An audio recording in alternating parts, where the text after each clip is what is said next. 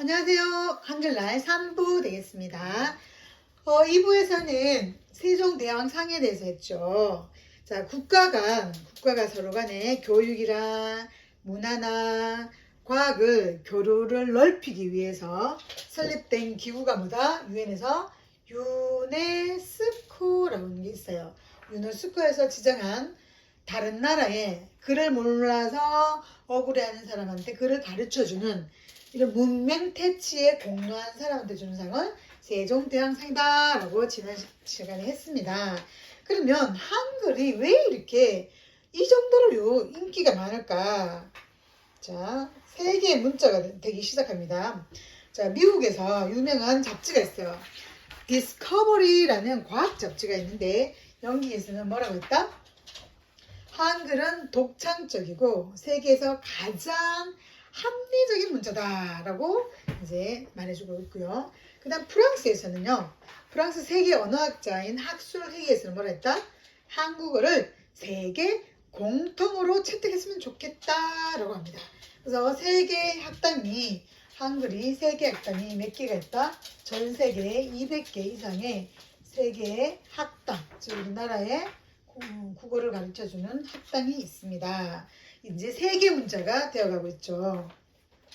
자, 그러면 세종대왕에 대해서 지난 시간에 조금 했는데요. 세종대왕이 이름이 뭐라고요? 이도. 자, 세종대왕께서는 항상 누구를 생각했다? 백성. 오케이. 그리고 낮에는 나라를 돌보시고 밤에는 몰래 6년에서 7년 동안 비밀리에 뭘 만들었다? 한글을 만드셨다. 그래서 이분이 좀 건강이 나중에 좋지 않으시죠. 그래서 돌아가실 때 어디서 돌아가셔요?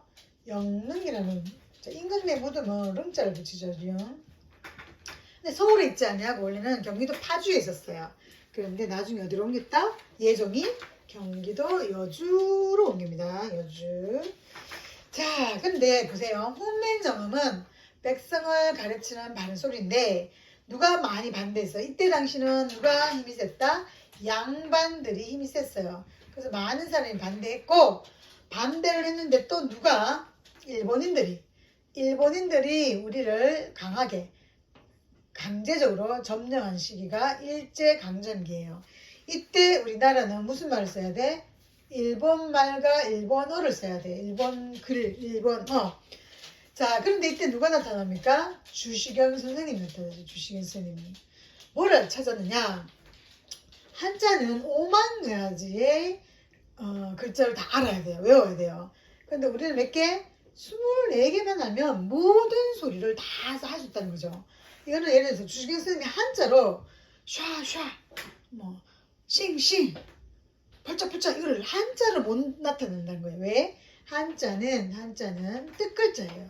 뜻을 나타내는 글자지 소리를 나타낼 수 없습니다.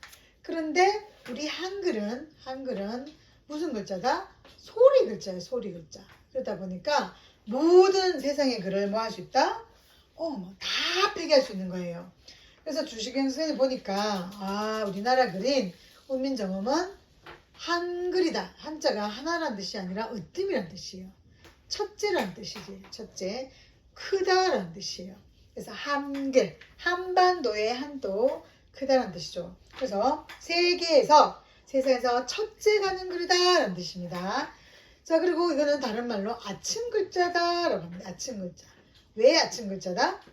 하루 중에 오전 시간만 배우면 다 뗄 수 있는 쉬운 글자다라는 말입니다.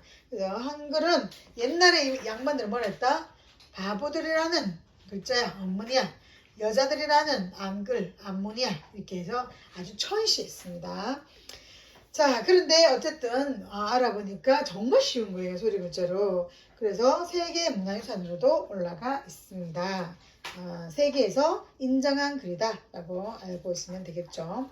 자, 그러면 아까 말한 것처럼 채만이라는 사람은 집현전 학자이긴 하지만 집현전 학자들은 처음에는 반대를 많이 해요. 그런데 누구는 성상문이나 신숙주 같은 사람은 찬성을 해서 도와주고 있죠. 집현전은 고려시대 때부터 있었습니다. 하지만 누가 세종대왕께서 임금이 되신 다음에 다시 어떻게 궁궐에서 설치하기 시작했죠. 자, 그래서 해성대님께서는 어떻게 성삼문가 누구를 신숙주 같은 사람들을 명나라에 여러 번 보내요. 뭐를 배우려고?